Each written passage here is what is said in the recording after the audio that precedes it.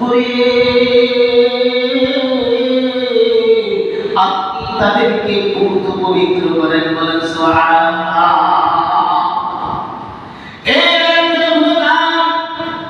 যারা সম্পদের মালিক, যারা অর্থের মালিক, তারা যদি তাদের সম্পদের যাকাত না দেয়, তারা যদি 5 ওয়াক্ত সালাত পড়ে, রমজানের রোজা রাখে, হজ যদি করে, যাকাত না দেওয়ার কারণে ওই ব্যক্তি পবিত্র হতে পারবে না, বলেন নাউজুবিল্লাহ।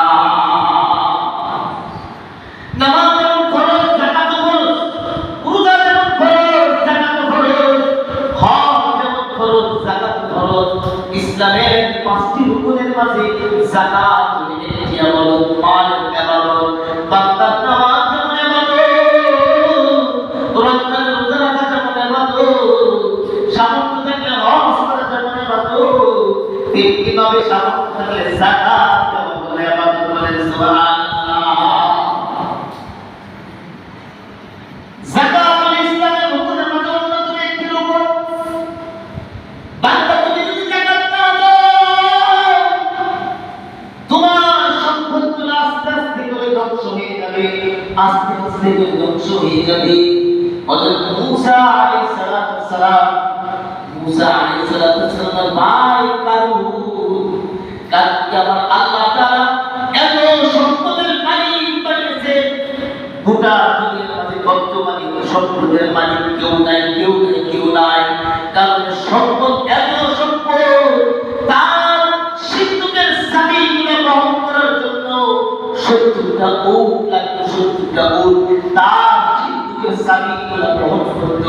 আমার আল্লাহ কারণকে এত সম্পদ দিলেন মুসা আলাইহিস সালামকে। আমার আল্লাহ বললেন, ও মুসা, আপনার অনুসারীদেরকে বলেন, যাদেরকে আমি আল্লাহ সম্পদের মালিক বানাইলাম, আপনি তাদেরকে বলে তারা যেন আমি আল্লাহর রাস্তায় যাকাত দেন।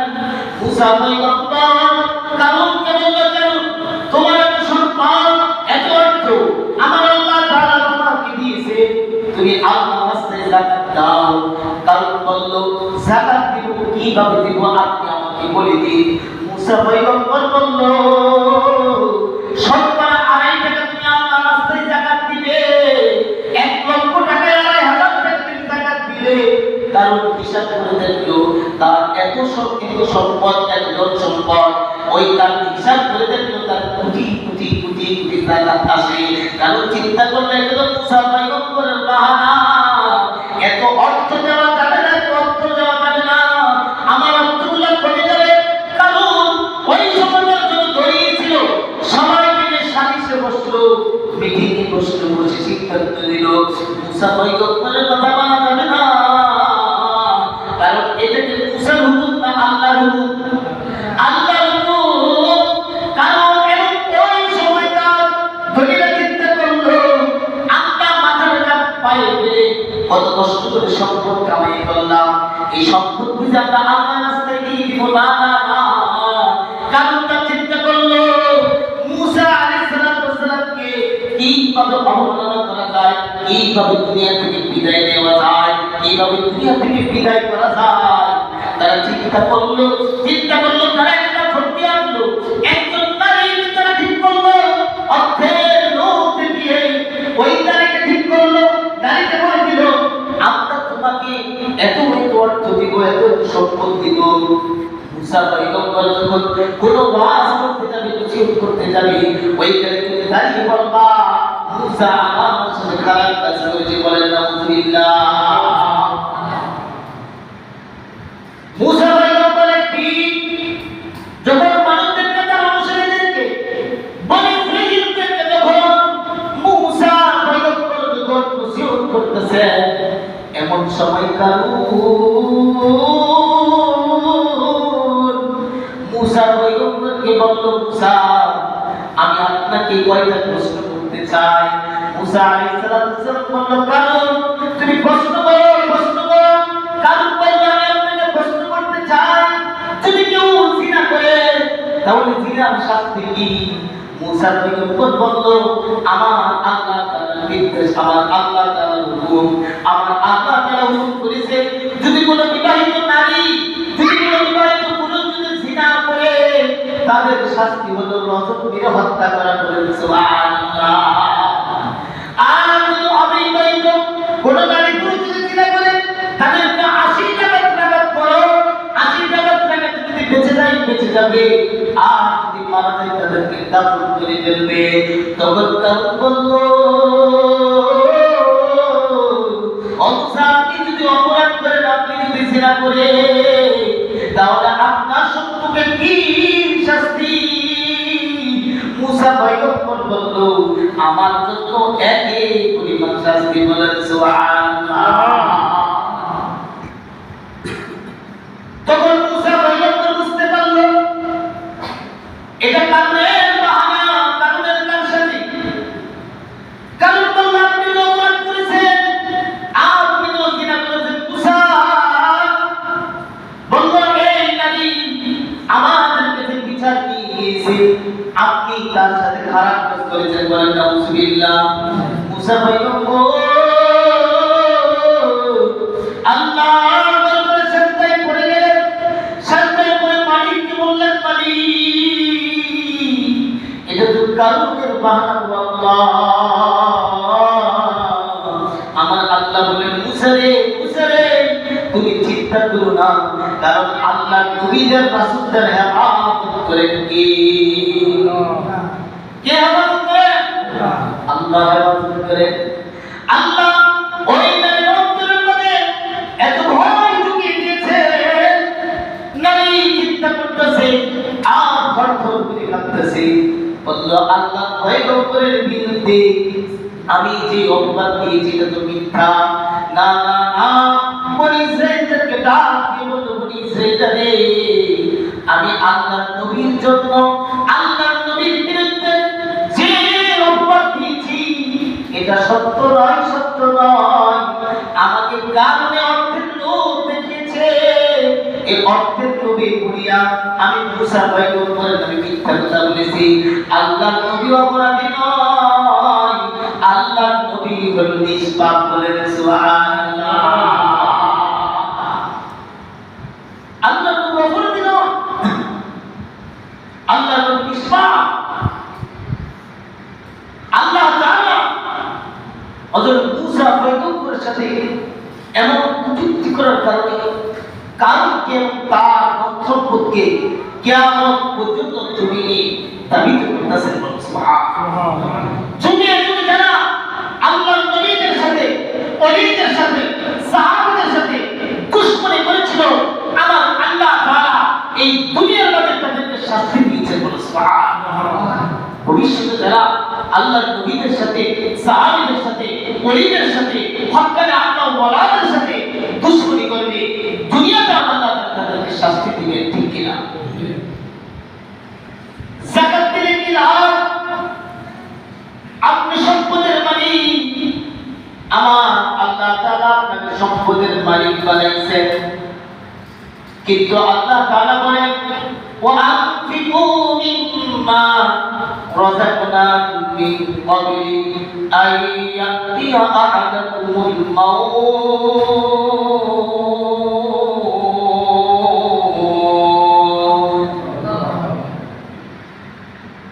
আমার আল্লাহ তাআলা বলেন মানুষ যখন দুনিয়া থেকে যখন বিদায় নিয়ে চলে যাবে ওই মানুষ আমার আল্লাহর দরবারে আফসোস করতে থাকবে আল্লাহ আমাকে যদি আপনি আরো কিছু সময় দিতে আমি তো মানুষদেরকে দান সৎকার করতাম নেককার লোকদের অন্তর্ভুক্ত হয়ে যাইতাম আমার আল্লাহ বললেন বান্দারে আমি আল্লাহ তোমাকে সুযোগ দিয়েছি আর তোমাকে সুযোগ দেওয়া যাবে না সুতরাং ভাই ও বাবা সময় থাকতে সময়টাকে কাজে লাগান আপনাকে আমার আল্লাহ পছন্দের অর্থের মালিক বানাইছেন ওই অর্থের হিসাব করে যাকাত দেন ওই যাকাত কিভাবে দিবেন আপনার ওই সম্পদটা যদি নিসাব পরিমাণ সম্পদ যদি 1 বছর পূর্ণ হয় আপনার পরিবারের বড় পোষণ দেওয়ার পরেও ওই অর্থটা বিদ্যমান থাকে আপনার পরিবারের সমস্যা হবে না। আমার আল্লাহ বলেছেন ওই অতিরিক্ত অর্থের যাকাত দাও, ওই অতিরিক্ত অর্থ থেকে তুমি যাকাত দাও। বলেন সুবহানাল্লাহ। একজন ইহুদি মহিলা আল্লাহ নবী রাহমাতুল্লাহ আলাইহি যখন সাহাবীদের সামনে যাকাতের ফজিলত বর্ণনা করতেছে, ওই ইহুদি মহিলা শুনতে পাইল যদি কেউ আল্লাহর রাস্তায় যাকাত দেয় আমার আল্লাহ তাকে আর ধন সম্পদ বৃদ্ধি করে দেয়। বলেন সুবহানাল্লাহ। এই জায়গায় আল্লাহর নবীর জবান মুবারক এমন কথা শুনে কিন্তু ইহুদি ঈমান আনে নাই। ওই ইহুদি নারী বুঝতে পারলো যে যদি যাকাত দেয় আমার সম্পদ বৃদ্ধি পাবে, কিন্তু নেকের আশায় সওয়াবের আশায় সে যাকাত দিবে না, কারণ তার সম্পদ বৃদ্ধি পাবে। ওই ব্যক্তি যতই যাকাত দেয় কিন্তু সওয়াব হবে না। ওই আল্লাহর বান্দী ইহুদি মহিলা তার সম্পদগুলা 40টা ভাগ করলো, 40টা ভাগ করে একবার যাকাত দিয়ে দিল। আর চিন্তা করতে লাগলো মুহাম্মদ সাল্লাল্লাহু আলাইহি সাল্লামের জবান মুবারক দ্বারা আমি শুনেছি যদি আল্লাহর রাস্তায় যাকাত দেয় তাহলে আমার আল্লাহ তাআলা সম্পদ বৃদ্ধি করে দেয়। এই কথা বিশ্বাস করিয়া সিরিয়ার মধ্যে তার ধন সম্পদ ছিল 70টা উট নিয়ে সিরিয়ার মাঝে ব্যবসা দেশে পাঠালো। কিছুদিন পরে শুনতে পাইল তার ব্যবসায়িক উটগুলো আসতেছে। এমন সময় শুনলো ডাকাত আক্রমণ করেছে, যারা এই সামনে এসেছে তাদেরকে ডাকাত আক্রমণ করেছে। ওই ইহুদি মহিলা মনে মনে চিন্তা করলো মুহাম্মদ না বলেছিল যাকাত দিলে নাকি সম্পদ বাড়ে, যাকাত দিলে নাকি সম্পদের হেফাজত আল্লাহ করে। কিন্তু ডাকাতের কবলে পড়ে গেল। সে মনে মনে ভাবতেছে যদি মুহাম্মদকে পায় তাহলে মুহাম্মদের খবর আছে। এই কথাগুলো আমার আল্লাহ জানেনি। আল্লাহর হুকুমে সিরিয়া থেকে যখন ওই মহিলা তার উটগুলো যখন আসতেছে 70টা উট নিয়ে গিয়েছে, আমার আল্লাহ তার যাকাত দেওয়ার কারণে খুশি হয়ে আরো 30টা উট আমার আল্লাহ তাআলা বরকত দিয়েছেন।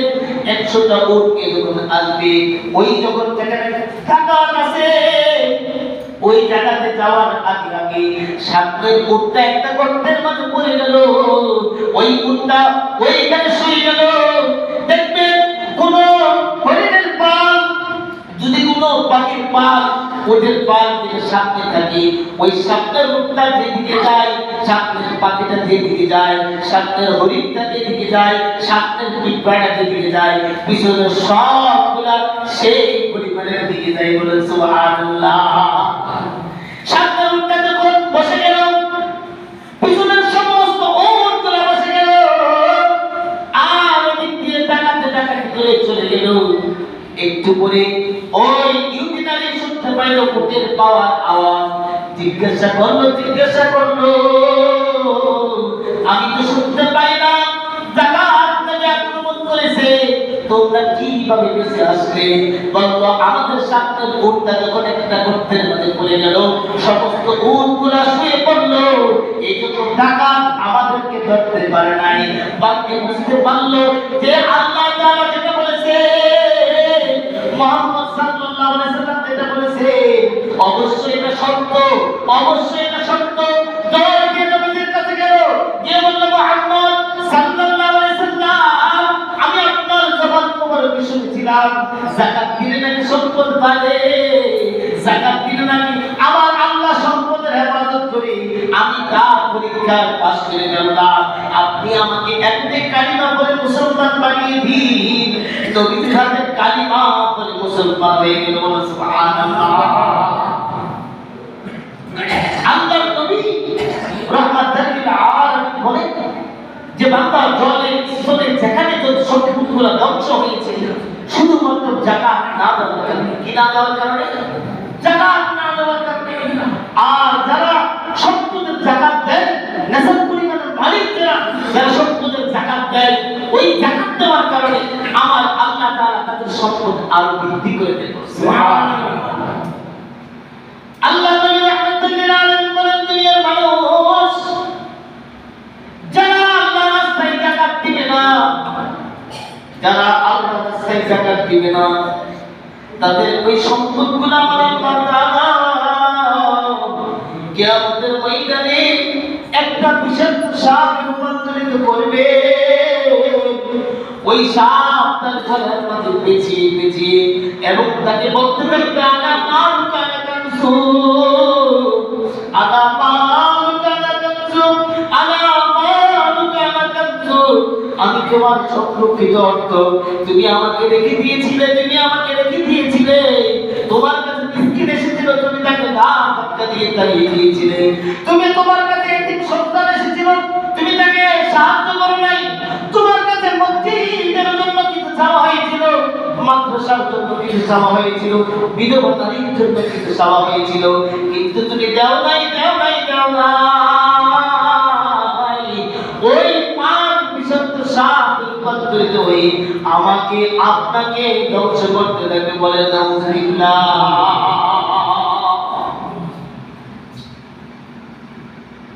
সাপ ধ্বংস করতে থাকবে। আপনার অর্থ, আপনার মা, এগুলো আপনার সংরক্ষিত অর্থ, এগুলো আপনাকে বলবে আনা মালুকা কানজু, আনা মালুকা কানজু। আমি তোমার সংরক্ষিত অর্থ, আমি তোমার মা। এই বলে বলে আপনাকে ধ্বংস করতে থাকবে। বলে নাউযুবিল্লাহ। আল্লাহর নবী রাহমাতুল লিল আলামিনের সাহাবী নবীজি রাহমাতুল লিল আলামিন যখন উহুদের ময়দানে যখন আল্লাহর নবী যুদ্ধ করতেছে, তখন বেঈমানদের আক্রমণে আল্লাহর নবীর মাথার মাঝে একটা হেলমেট ছিল। ওই হেলমেটের গোয়াল আল্লাহর নবীর হাত মোবারকে ঢুকে গেল। আল্লাহর নবী ব্যথা পাইতেছে, রক্ত মোবারক ঝরঝর করে পড়তেছে, ঝরঝর করে পড়তেছে। নবীর সাহাবী দেখতে পাইলেন যে আল্লাহর নবী রাহমাতুল লিল আলামিনের হেলমেট মোবারক নবীর মাথা মোবারকে হাত মোবারকে প্রবেশ করে গেল। সাহাবী দ্রুত গিয়ে আল্লাহর নবী রাহমাতুল লিল আলামিনকে ধরলেন, বললেন নবী গো, আপনি তো কষ্ট পাইতেছেন। ওই সাহাবী দেখতে পাইল যদি আস্তে আস্তে বাইর করে, আস্তে আস্তে যদি বাইর করে, তাহলে নবীজি সাল্লাল্লাহু আলাইহি সাল্লাম কষ্ট পাবে। ওই সাহাবী চিন্তা করলো, আস্তে করে নবীজির মাথা মোবারকটা ধরলো, তার দাঁত দ্বারা এক প্রকারে কামড় দিয়ে একটানে যখন বাহির করলো, তার দাঁত গুলো ভেঙে জমিনে পড়ে গেল। বলেন সুবহানাল্লাহ। নবীজির সাহাবী মালিক ইবনে সানারা দেখতে পাইলেন যে আল্লাহর নবী রাহমাতুল লিল আলামিনের রক্ত মোবারক যখন পড়তেছে, তিনি দৌড়ে আসলেন। কারণ তিনি বললেন, তিনি চিন্তা করলেন যদি নবীজির রক্ত মোবারক যদি জমিনের মধ্যে পড়ে, তাহলে আমার আল্লাহ তাআলা পুরো দুনিয়াটাকে ধ্বংস করে দিবেন। বলেন সুবহানাল্লাহ। নবীজির ভালোবাসা মালিক ইবনে সানারা দৌড়ে গেলেন। যদি আল্লাহর নবীর ক্ষতস্থানে যদি কোনো নেকড়া দ্বারা, কুকুরখানা দ্বারা যদি পরিষ্কার করা হয়, তাহলে আল্লাহর নবী ব্যথা পাইবেন। তিনি কি করলেন, কি করলেন জানেননি? তার জিহ্বা দ্বারা নবীজি রাহমাতুল লিল আলামিনের রক্ত মোবারক গুলো সেটে সেটে সেটে সেটে পরিষ্কার করতেছেন। শুধু পরিষ্কার করে না রে, শুধু পরিষ্কার করে না, নবীজি রক্ত মোবারক গুলা খেয়ে ফেলতেছেন। বলেন সুবহানাল্লাহ। আরেক সাহাবী থেকে বলল, হে মালিক ইবনে সানারা, তুমি কি জানো না, জানো না রক্ত হারাম, হারাম, হারাম, তুমি কেন রক্ত পান করো? মালিক ইবনে সানারা বলে, সাহাবী, আমি যদি কোনো তেরো তেরো যদি পরিষ্কার করতাম, রহমাতুল লিল আলামিন ব্যথা পাইতো, রহমাতুল লিল আলামিন কষ্ট পাইতো। এই জন্য আমি আমার জিহ্বা দ্বারা পরিষ্কার করলাম। হে আল্লাহ, মালিকের কসম, আল্লাহর কসম, আল্লাহর নবী রক্ত মোবারক যদি জমিনে পড়ে যায়, তাহলে আমার আল্লাহর সহ্য হবে না, আমার আল্লাহ দুনিয়াটাকে ধ্বংস করে দিবেন। রহমাতুল লিল আলামিন সাহাবীদেরকে বলেন, সাহাবীরা রে, তোমরা কি জান্নাতে মানুষ দেখতে চাও? যদি জান্নাতে মানুষ দেখতে চাও রে, তাহলে আমার সাহাবী মালিক ইবনে সানার চেহারার দিকে তাকাও বলে সুবহানাল্লাহ। সাহাবী আল্লাহর নবীকে এত ভালোবাসতো, সাহাবী আল্লাহর নবীকে এত ভালোবাসতো, নবীর ভালোবাসার কারণে হামজা রাদিয়াল্লাহু তাআলা আনহু ওনার উপর গোসল ফরজ ছিল। কিন্তু যখন শুনেছে আল্লাহর নবী নাকি যুদ্ধের ময়দানে, আল্লাহর নবী নাকি যুদ্ধের ময়দানে কতল হয়ে গিয়েছে, দুনিয়া থেকে বিদায় নিয়েছে, ওই হামজা আর বসে থাকতে পারে নাই। বিবিকে বলল তরবারিটা দাও। হামজা তরবারি নিয়ে হামজা যুদ্ধের ময়দানে চলে গেল, নবীর ভালোবাসায় শহীদ হয়ে গিয়েছে বলে সুবহানাল্লাহ। আমার আল্লাহ যারা খুশি হয়ে হযরত হামজা রাদিয়াল্লাহু তাআলাকে হাউজে কাউসারের পানি দ্বারা গোসল করিয়েছে শুধুমাত্র নবীজির ভালোবাসার কারণে বলে সুবহানাল্লাহ।